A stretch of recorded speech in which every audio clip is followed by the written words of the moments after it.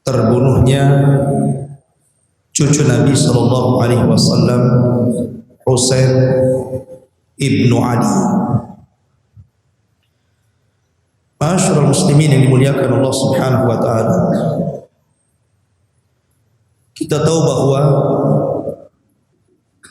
di antara cucu-cucu Nabi sallallahu alaihi wasallam yang paling dicintai Nabi sallallahu alaihi wasallam adalah Hasan dan Husain. Sampai cintanya Nabi sallallahu alaihi wasallam kepada keduanya, Nabi sallallahu alaihi wasallam sampai terfitnah dengan Hasan dan Husain ini. Ya, wajar, karena seluruh putra-putra Nabi sallallahu alaihi wasallam yang disayangi Nabi semuanya wafat di waktu bayi. Qasim meninggal di waktu bayi. Kemudian juga Ibrahim meninggal di waktu bayi. Kemudian Abdullah atau At-Tayyib juga meninggal di waktu bayi. Sementara di zaman itu, artinya di zaman jahiliyah, anak laki-laki itu adalah kebanggaan, khususnya bagi orang-orang jahiliyah. Bahkan sampai bencinya mereka kepada anak perempuan. Terkadang di antara mereka ada yang sampai menguburkan anak perempuan mereka hidup-hidup. Sehingga Allah Subhanahu wa taala menggambarkan dalam Al-Qur'an, wa idza busyira ahadukum bil untha dhalla wajhuhu muswaddan wa huwa kadhib.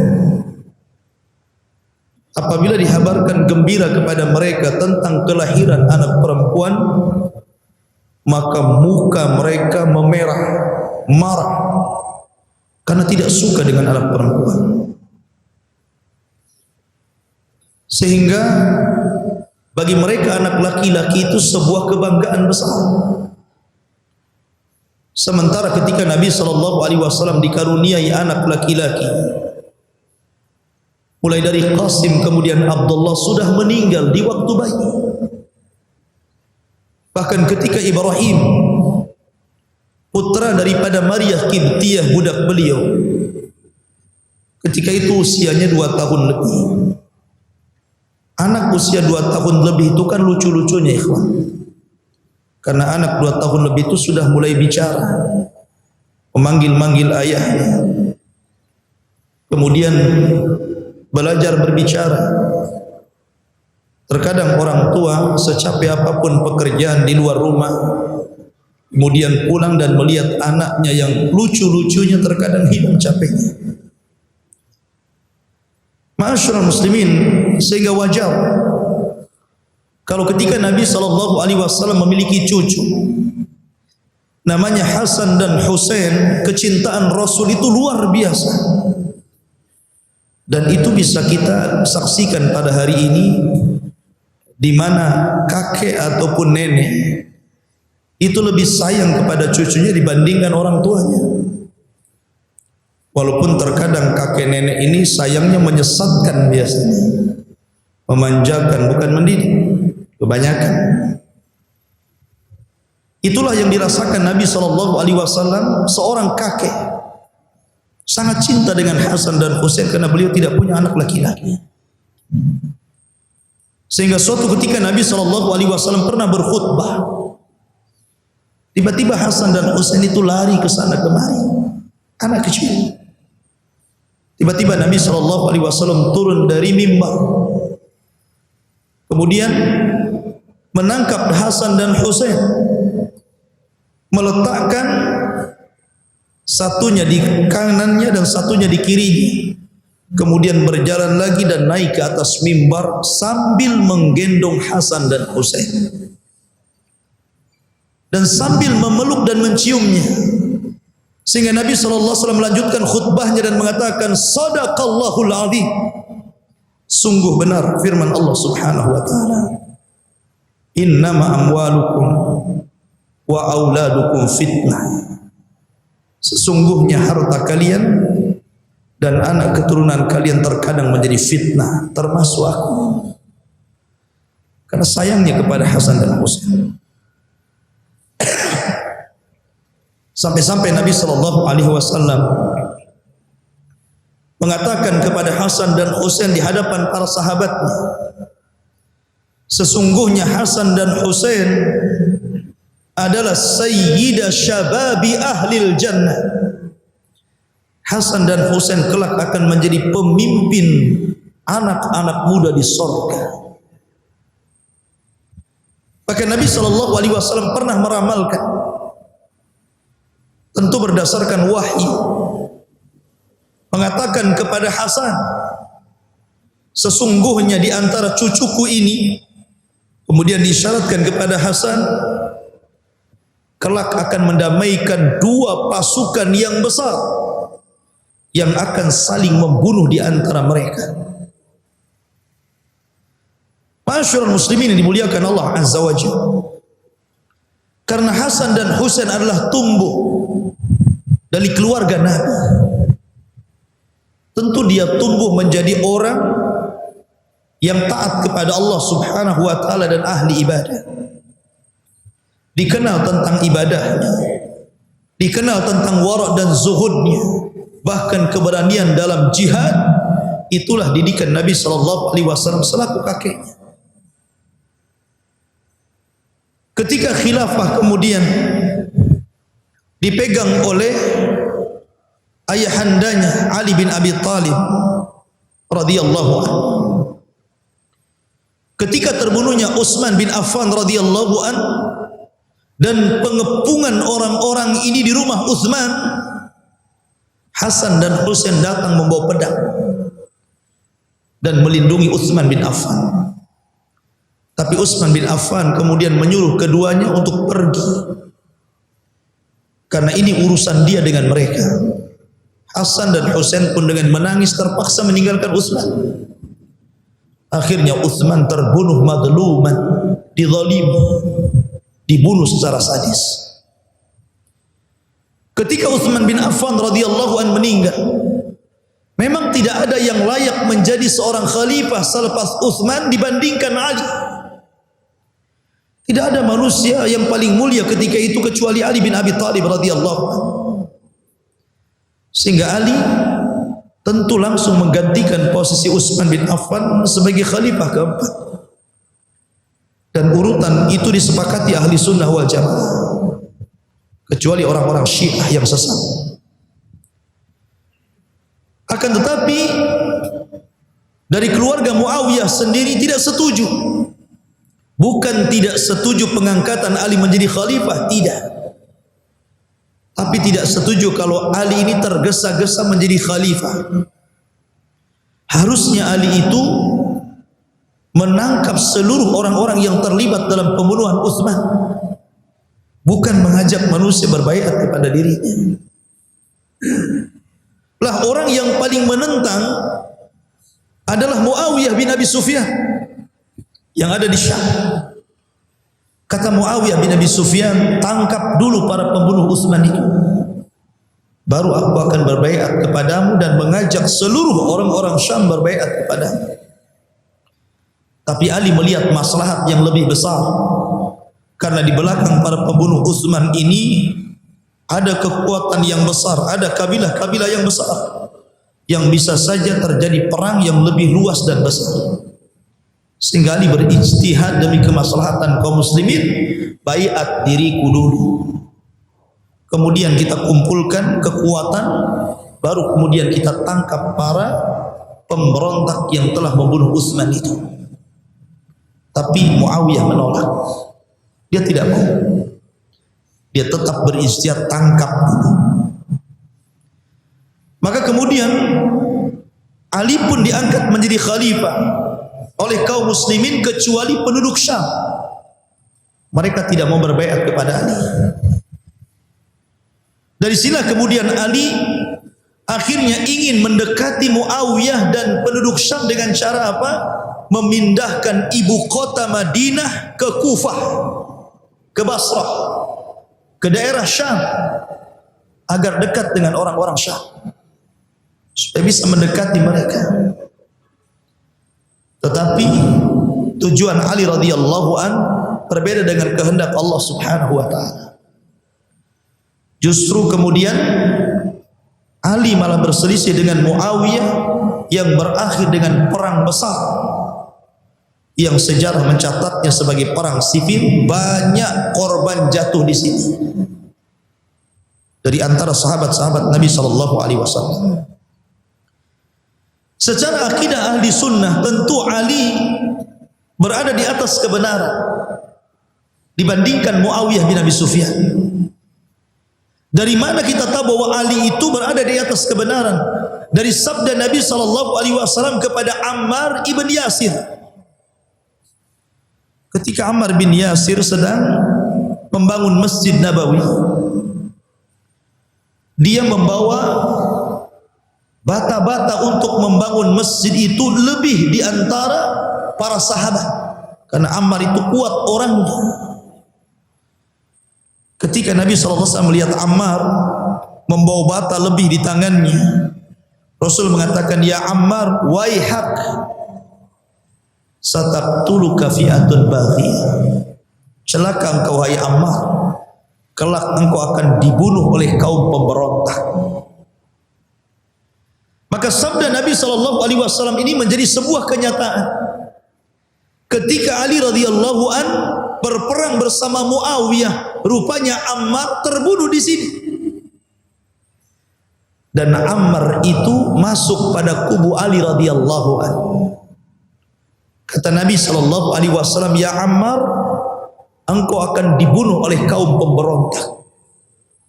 Dari sini menunjukkan bahwa Ali di pihak yang benar dan Muawiyah itu pemberontak.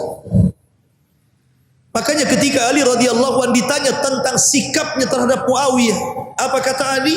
"Hum ikhwanuna baghau alaina." Mereka adalah saudara-saudara kita, namun mereka kaum yang memberontak. Ali masih menganggap mereka saudara dalam Islam. Sehingga ketika berperang bersama para pemberontak, tentu akan beda perlakuannya dengan perang melawan orang-orang kafir. Karena para pemberontak itu masih kaum muslimin. Sehingga ketika terjadi kekalahan atau mengalahkan mereka, tidak boleh kita merampas harta perangnya.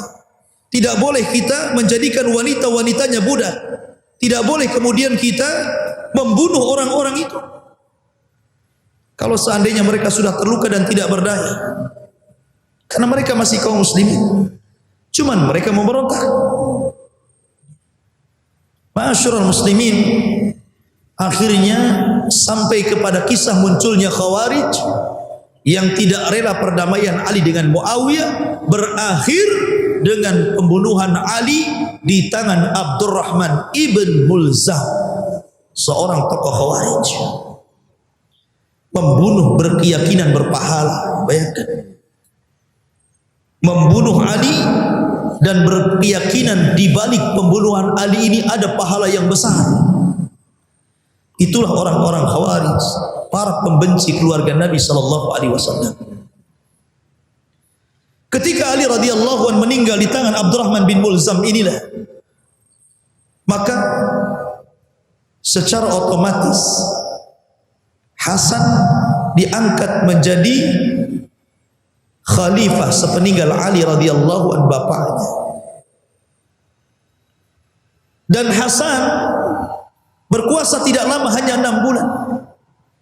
Karena ketika Hasan ini dibaiat, muncul pergerakan yang pernah terjadi di zaman bapaknya, di mana kubu Muawiyah yang ada di Syam bangkit lagi.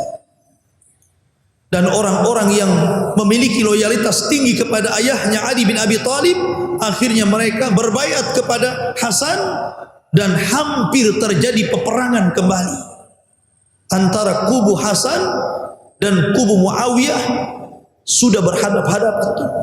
mau perang. Seperti yang pernah dilakukan dan terjadi di zaman ayahnya Ali bin Abi Thalib. Melihat gelagat seperti ini, Hasan tidak mau ada yang tertumpah darah. Akhirnya Hasan kemudian datang kepada Muawiyah bin Abi Sufyan, menyerahkan kekuasaannya dan mengatakan, "Ya Muawiyah, sebaiknya Anda yang menjadi raja dan biarlah kami jadi rakyatnya. Tapi jangan ada pertumpahan darah di sini." Shadaqan Nabi sallallahu alaihi wasallam, benar apa yang disabdakan Rasul. Oh, di antara cucuku ada yang akan mendamaikan dua kekuatan besar yang akan saling membunuh di antara keduanya.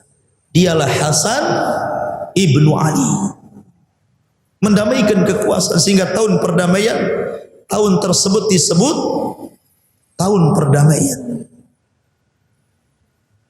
Maka karena Hasan sudah menyerahkan kekuasaan kepada Muawiyah dan dia berbaiat langsung kepada Muawiyah, Hasan tidak pernah keluar dari baiat Muawiyah. Bahkan ketika Muawiyah mengembangkan sayap kekuasaan kaum muslimin sampai ke daratan Afrika, bahkan di masa Muawiyah ketika kaum muslimin mengirim pasukan untuk melawan Konstantinopel, Hasan ikut terlibat dalam peperangan. Hasan terlibat dalam pasukan dan juga Husain di bawah pasukan Muawiyah bin Abi Sufyan ketika memerangi Konstantinopel itu. Artinya Hasan tidak keluar dari baiat Muawiyah. Dan Muawiyah bukan khalifah, tapi Muawiyah itu raja, raja pertama dalam Islam, karena khalifah nubuah itu hanya 30 tahun dan diakhiri dengan kepemimpinan Hasan bin Ali. Selebihnya menjadi sebuah kerajaan. Dan raja pertama adalah penulis wahyu Rasul, Muawiyah bin Abi Sufyan. Ma'asyiral muslimin yang dimuliakan Allah Azza wa Jalla, terjadi khilaf para ulama tentang kematian Hasan bin Ali ini. Ada yang mengatakan bahwa dia diracun. Meninggalnya Hasan itu karena diracun. Adapun ada riwayat yang mengatakan bahwa yang meracunnya adalah Ja'dah, seorang wanita yang diiming-imingi oleh Yazid akan dinikahi dengan syarat meracuni Hasan ibnu Ali, kemudian dilakukan oleh wanita itu dan akhirnya Hasan terbunuh. Ini riwayat ini enggak benar.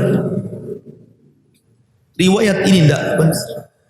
Tapi riwayat yang sahih tidak diketahui siapa yang menuangkan racun itu. Dan ada juga yang berpendapat bahwa Hasan itu mati secara wajar layaknya manusia meninggal, mungkin dengan cara sakit ataupun ya dengan cara musibah, tapi tidak diracun. Intinya ulama khilaf tentang kematian Hasan. Ma'asyiral muslimin yang dimuliakan Allah Azza wa Jalla, ketika Muawiyah bin Abi Sufyan meninggal dunia, kemudian Muawiyah mewasiatkan kepada anaknya Yazid bin Muawiyah untuk menjadi pemimpin sepeninggalnya. Tentu ini kesalahan Muawiyah. Bagaimanapun asal mencari pemimpin bagi kaum muslimin bukan seperti itu. Tapi diserahkan ke Dewan Syura. Ke Dewan Syura diserahkan kepada pakar-pakar, biar mereka yang memilih siapa yang layak menggantikan untuk menjadi pemimpin kaum muslimin sepeninggal Muawiyah. Bukan Muawiyah memberikan kepada Yazid putranya, tapi Muawiyah berijtihad bahwa Yazid layak untuk menjadi pemimpin sepeninggalnya. Padahal hukum asal itu diserahkan kepada Dewan Syura. Dan Dewan Syura melihat bahwa banyak orang yang jauh lebih hebat, jauh lebih mulia dibandingkan Yazid putra Muawiyah. Di antaranya adalah Abdullah bin Zubair, kemudian juga Abdullah bin Umar. Bahkan Husain sendiri adalah orang yang paling layak menggantikan Muawiyah, karena tidak ada orang yang lebih mulia melebihi Husain kala itu. Tapi karena Muawiyah sudah mewasiatkan kepemimpinan kepada Yazid, maka orang-orang hanya bisa gigit jari melihat Husain tidak dibaiat dan menjadi khalifah. Disinilah permulaan fitnah terjadi. Ma'asyiral muslimin yang dimuliakan Allah Subhanahu wa taala. Ketika Yazid ibn Muawiyah, antum tahu Muawiyah tidak punya anak kecuali satu, Yazid bin Muawiyah. Alasan mandulnya Muawiyah dan tidak punya anak kecuali Yazid, karena setelah punya anak Yazid, dia ditusuk oleh orang Khawarij. Tusukannya kemudian mengakibatkan kemandulannya, karena dokter mengatakan engkau tidak punya anak lagi. Akhirnya kemudian dia pun tidak punya anak kecuali satu, Yazid bin Muawiyah. Setelah kemudian Muawiyah bin Abi Sufyan menyerahkan kekuasaan, mewasiatkan kekuasaannya kepada Yazid, banyak kaum muslimin yang tidak setuju. Banyak yang berontak hati mereka, kenapa Yazid? Kenapa tidak Husain saja? Termasuk hampir sebagian besar penduduk Kufah mencintai Husain dan menginginkan Husain menjadi khalifah sepeninggal Muawiyah bin Abi Sufyan. Tetapi apalah daya, Yazid sudah diangkat menjadi pemimpin sepeninggal ayah. Akhirnya kemudian penduduk Irak dan Kufah, setiap rumah mereka mengirim surat. Dilayangkan surat itu, setiap hari mereka mengirim surat dari Irak menuju Madinah. Setiap hari datang surat. Isi surat itu meminta Husain agar datang ke Kufah, karena seluruh orang Irak dan Kufah sudah membaiat Husain. Akhirnya Husain pun terpengaruh dengan surat-surat yang banyak itu. Tapi untuk memastikan bahwa orang-orang Kufah dan Irak itu jujur hati mereka, menghendaki bahwa Husain menjadi khalifah bagi mereka dan merebut kekuasaan Yazid, akhirnya Husain pun mengutus anak pamannya, namanya Muslim ibn Aqil. Diutus oleh Husain, ya Muslim, idhab ilal Kufah, berangkat ke Kufah, pastikan betul tak surat-surat itu. Berangkatlah Muslim bin Aqil ke Kufah. Subhanallah, tidak ada satu pun rumah di Kufah kecuali mereka menghendaki Husain menjadi pemimpin mereka. Artinya surat itu bukan surat bodoh, surat betulan. Karena orang-orang Kufah sangat cinta dengan Husain. Rupanya Muslim bin Aqil akhirnya karena melihat adanya kepastian di Kufah, dia pun melayangkan surat agar dihantar kepada Husain yang ada di Madinah, agar Husain segera datang menemui orang-orang Kufah dan Irak. Mereka siap membaiat dan merebut kembali tahta yang telah dikuasai Yazid bin Muawiyah. Berangkat Husain itu. Namun sebelum Husain sampai di Kufah, rupanya Yazid bin Muawiyah mendengar gelagat adanya pemberontakan di Kufah itu. Diutuslah orang kepercayaannya, namanya Ubaidillah ibn Ziyad, orang yang zalim, orang yang jahat, orang yang fasik. Diutus Ubaidillah ibn Ziyad ini untuk mengawasi Kufah. Berangkat Ubaidillah ibn Ziyad ke Kufah. Rupanya benar bahwa orang-orang Kufah siap berbaiat kepada Husain. Pulanglah kemudian Ubaidillah ibn Ziyad melaporkan kepada Yazid. Akhirnya kemudian Yazid mempercayakan Ubaidillah ibn Ziyad ini untuk melindungi Kufah agar jangan sampai mereka lepas baiatnya dari Yazid. Jangan sampai mereka memberontak. Dibawanya pasukan yang besar. Kemudian rupanya di Kufah tiba-tiba Muslim bin Aqil menyemangati orang-orang Kufah untuk melawan. Bangkitlah 4.000 anak-anak muda Kufah dipimpin Muslim bin Aqil hendak melawan tentara Abu Ubaidillah ibn Ziyad, utusan Yazid bin Muawiyah. Melihat orang-orang Kufah bangkit, Akhirnya mundurlah pasukan Ubaidillah ibn Ziyad dan melaporkan kepada Yazid, kemudian bersiasat lain. Yang tadinya Yazid mengirim pasukan, sekarang tidak, mengirim harta yang banyak. Akhirnya harta itu dibagi-bagikan kepada seluruh penduduk Kufah. Tidak ada satupun rumah-rumah di Kufah melainkan mendapatkan harta yang banyak, asal jangan mereka membaiat Husain. Subhanallah. Orang-orang Irak dari dulu itu kaumun ghudur, orang yang suka berkhianat. Awalnya mereka cinta kepada Husain untuk dibaiat dan menjadi khalifah mereka, kemudian menumbangkan kekhilafan Yazid. Sekarang berbalik karena harta. Memang harta itu fitnah yang luar biasa, kata Rasul. Setiap umat itu punya fitnah, dan fitnah umatku ini harta, kata Rasul. Langsung berbalik, dikasih uang. Ya. Kayak perpolitikan di zaman sekarang ya. Ada namanya serangan pajar. Tahu serangan pajar? Sekali diserang, berubah itu dukungan. Masyaallah muslimin yang dimuliakan Allah Subhanahu wa taala. Akhirnya dari 4.000 pasukan yang dipimpin Muslim bin Aqil mulai berkurang sampai sisanya 600 orang. Dapat harta lagi, kemudian berkurang 500 orang, berkurang 400 orang, berkurang 300 orang, sampai dari 4.000 tersisa 3 orang yang siap membaiat Husain. Bayangkan, gara-gara harta bisa dari 4.000 jadi 3 orang. Yang anehnya, yang 3 orang ini ketika sholat bersama Muslim bin Aqil, sholat maghrib, setelah salam assalamualaikum, assalamualaikum, ketika lihat ke belakang yang 3 orang pun sudah lari, sudah mengikuti yang 4.000. Karena diiming-imingi harta yang banyak oleh Yazid bin Muawiyah. Karena Syam ketika itu daerah kaya. Lihat. Dan cara-cara seperti ini juga dipakai orang sekarang.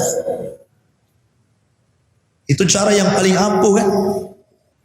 Masyaallah muslimin yang dimuliakan Allah Subhanahu wa taala. Maka ketika Muslim bin Aqil tinggal sendirian, Ubaidillah ibn Ziyad sangat bahagia karena berhasil taktik politik.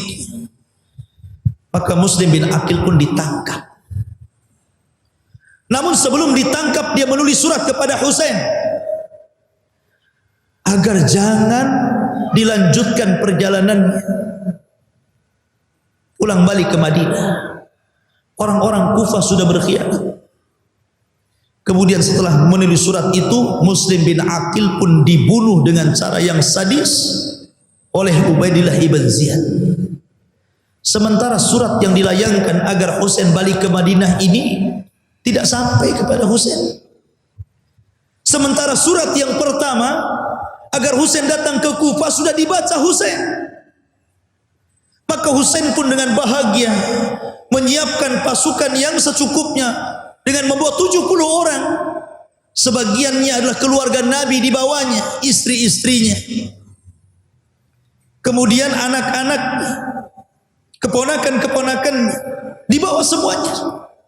Anak perempuan, laki-laki, Husain dan keluarga besar Nabi SAW dibawa oleh Husain dengan hanya dikawal 30 pasukan saja. Ketika itu banyak para sahabat menasihati Husain agar jangan berangkat ke Kufah. Di antaranya adalah Abdullah bin Umar radhiyallahu anhu menasihati, jangan. Karena orang-orang Kufah itu kaumun ghudur, terkenal orang yang suka berkhianat. Jangan pergi ke sana. Tapi karena sudah terpengaruh dengan surat dari Muslim bin Aqil, dia tetap ingin berangkat. Akhirnya Ibnu Umar hanya mengatakan, astaudiukallah min khatil. Kalau engkau tetap berangkat wahai Husain, aku hanya bisa menitipkan dirimu kepada Allah agar Allah melindungi dari para pembunuh. Tetapi Husain tetap berangkat. Padahal banyak para sahabat menasihati dia agar jangan berangkat. Berangkatlah Husain sebanyak 70 orang menuju Kufah. mendengar Husain berangkat ke Kufah, terdengar oleh Yazid, ini bahaya. Kalau seandainya Husain ini sampai ke Kufah, tentu orang-orang Kufah yang sudah disogok dengan duit dan harta itu bisa berbalik itu. Karena orang-orang Kufah itu hati mereka kepada Husain. Takut dengan kedatangan Husain ke Kufah, maka Yazid mengutus lagi Ubaidillah ibn Ziyad, tapi bukan untuk membunuhnya, hanya untuk menghalau. Jangan sampai ke Kufah, balik lagi ke Madinah. Tapi perintah Yazid kepada Ubaidillah ibn Ziyad ini tidak didengar oleh Ubaidillah. Dia punya kebijakan sendiri yang tidak sama dengan kebijakannya dengan Yazid. Makanya ketika terbunuhnya Husain, Yazid hanya mengatakan, kalaulah aku ketika itu posisiku berada di situ, tentu aku tidak akan membunuh Husain. Bahkan sempat melaknat para pembunuhnya. Cuman kesalahannya Yazid tidak menghukum pembunuhnya itu. Ma'asyiral muslimin yang dimuliakan Allah Subhanahu wa taala. Maka Husain pun berangkat. Ketika itu Ubaidillah ibn Ziyad mengutus 5.000 pasukan. Anda bisa bayangkan 5.000 pasukan melawan 70 orang. 70 orang itu pun separuhnya keluarga Nabi, perempuan, anak-anak, orang-orang lemah. Hanya 30 orang saja prajurit yang mungkin bisa bertempur. Tidak imbang ikhwan, 70 lawan 5.000. Yang 5.000 ini dibagi dua. Pertama 1.000 dulu diutus, dipimpin oleh Al-Hur ibn Yazid At-Tamimi. Ketika 1.000 pasukan ini berjumpa dengan Husain yang tadinya hendak menyerang Husain, tapi Hur melihat kemuliaan keluarga Nabi tidak jadi menyerangnya. Justru mengatakan kepada Husain untuk kembali ke Madinah. Balik lagi kamu, jangan ke Kufah. Berusaha melindungi.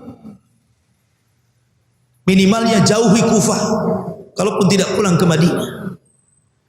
Akhirnya Husain pun berusaha untuk menjauh Kufah. Allah takdirkan yang 4.000 pasukan itu tiba-tiba datang, dipimpin langsung oleh Ubaidillah ibn Ziyad. Ma'asyiral muslimin, maka di hadapan Husain ada 5.000 pasukan. Akhirnya kemudian Husain melihat gelagat yang tidak baik. Dia hanya bicara kepada mereka dengan 3 permintaan saja. Pertama, biarkan aku pulang ke Madinah. Atau aku ingin tinggal di Thugur, di perbatasan, biar aku meninggal di situ. Atau biar aku datang ke Khalifah Yazid dan akan berunding. Tapi Ubaidillah ibn Ziyad mengatakan tidak. Di tempat ini keputusanlah keputusanku, bukan keputusan orang lain. Maka Yazid berusaha untuk membujuk Husain tunduk kepada Yazid, untuk membaiat Yazid, karena tahu Husain tidak mau membaiat Yazid. Tapi Husain menolaknya. Dari sinilah karena Husain menolak, dipaksa untuk berbaiat. Tiba-tiba seseorang yang namanya Syamr ibn Di Jawsan, seorang fasyik, orang yang jelek, tiba-tiba dia menyerang pasukan Husain. Padahal ketika itu Husain meminta 1 malam untuk memikirkan apa yang dikehendaki oleh Ubaidah agar berbaiat kepada Yazid. Di malam tanggal 9 Muharram itu, seluruh keluarga Nabi SAW berada di tenda dikepung oleh pasukan. Husain hanya bisa tawakal kepada Allah Azza wa Jalla. Dia pun menghabiskan semua malamnya untuk tahajud. Dan seluruh keluarga Nabi yang ada di tenda pun menghabiskan malam-malamnya untuk tahajud dan berdoa kepada Allah Subhanahu wa taala. Tepat pada tanggal 10 Muharram, tiba-tiba mereka diserbu. Tidak ada satupun jiwa kecuali mati. Dan semuanya keluarga Nabi sallallahu alaihi wasallam. Di antara keluarga Nabi sallallahu alaihi wasallam yang meninggal itu disebutkan nama-namanya. Di antaranya adalah anak-anak Ali bin Abi Thalib radhiyallahu anhu. Abu Bakar bin Ali meninggal di situ. Muhammad ibn Ali meninggal di situ. Utsman ibn Ali meninggal di situ. Ja'far ibn Ali meninggal di situ. Al-Abbas ibn Ali meninggal juga di situ. Kemudian anak-anak Husain, Abu Bakar bin Husain meninggal di situ. Umar bin Husain meninggal di situ. Utsman bin Husain meninggal di situ. Ali Akbar bin Husain meninggal di situ. Abdullah bin Husain meninggal juga di situ. Termasuk anak-anaknya Hasan. Abu Bakar bin Hasan meninggal di situ. Umar bin Hasan meninggal di situ. Abdullah bin Hasan meninggal di situ. Qasim ibn Hasan meninggal di situ. Kemudian anak-anak daripada Uqail, Ja'far bin Uqail meninggal di situ. Kemudian Abdullah ibn Uqail, Abdurrahman ibn Uqail, Abdullah ibn Muslim ibn Uqail, semua keluarga Uqail meninggal di situ. Keluarga Uqail keluarga Nabi. Termasuk anak-anak Abdullah bin Ja'far, Aun dan Muhammad. Dan juga termasuk anak paman daripada Husain, Muslim bin Aqil yang lebih dahulu dibunuh oleh Ubaidillah ibn Ziyad. Berapa tuh keluarga Nabi meninggal di situ? Istri-istri dan anak-anak keluarga Nabi semua meninggal di Karbala. Ketika Husain bin Ali sampai di negeri itu, bertanya kepada orang, ini negeri apa namanya? Maka orang-orang mengatakan Karbala ya Husain. Maka orang-orang mengatakan, maka di sini akan terjadi karbun wabala. Karbun wabala disingkat menjadi Karbala. Di tempat inilah Husain dibantai. Keluarga Nabi dibantai. Seluruh cucu cicit Nabi SAW dibantai. Masyaallah muslimin yang dimuliakan Allah Subhanahu wa taala. Dan yang lebih menyedihkan adalah kepala Husain dipisahkan dari badan. Kemudian kepala itu dibawa ke hadapan Ubaidillah ibn Ziyad. Ketika itu Ubaidillah ibn Ziyad sedang membawa tongkat. Kemudian dihinakan kepala itu dengan dipukul-pukul dengan tongkatnya. Subhanallah. Cucu Nabi SAW, pemimpin para pemuda di sorga, dihinakan oleh Ubaidillah ibn Ziyad sampai dipukul-pukul dengan tongkatnya. Sampai Anas bin Malik yang ketika itu sudah tua renta melaknat Ubaidillah karena telah menghinakan kepala Husain, orang yang merupakan kekasih kita kaum muslimin, keluarga Nabi SAW, cucu tercinta Nabi SAW. Tapi apalah daya Anas bin Malik yang sudah tua, hanya bisa melaknat dan mendoakan buruk kepada Ubaidillah ibn Ziyad. Masyaallah muslimin yang dimuliakan Allah. Tapi Yazid ketika mendengar ini, dia marah. Kenapa aku tidak menyuruh membunuh, kenapa dibunuh? Bahkan kenapa sampai dihinakan? Sehingga dia mengatakan, kalau aku berada di posisi dia, aku tidak akan bunuh dia. Kemudian Yazid mulai melaknat orang yang membunuhnya. Masyaallah muslimin yang dimuliakan Allah Subhanahu wa taala. Maka peristiwa ini dalam sejarah disebut dengan peristiwa Karbala, karbun wabala. Sebuah tragedi yang sangat menyedihkan. Semua keluarga Nabi dibantai di tempat ini. Masyaallah muslimin yang dimuliakan Allah Subhanahu wa taala. Inilah kilas singkat kisah terbunuhnya Husain ibn Ali radhiyallahu anhu.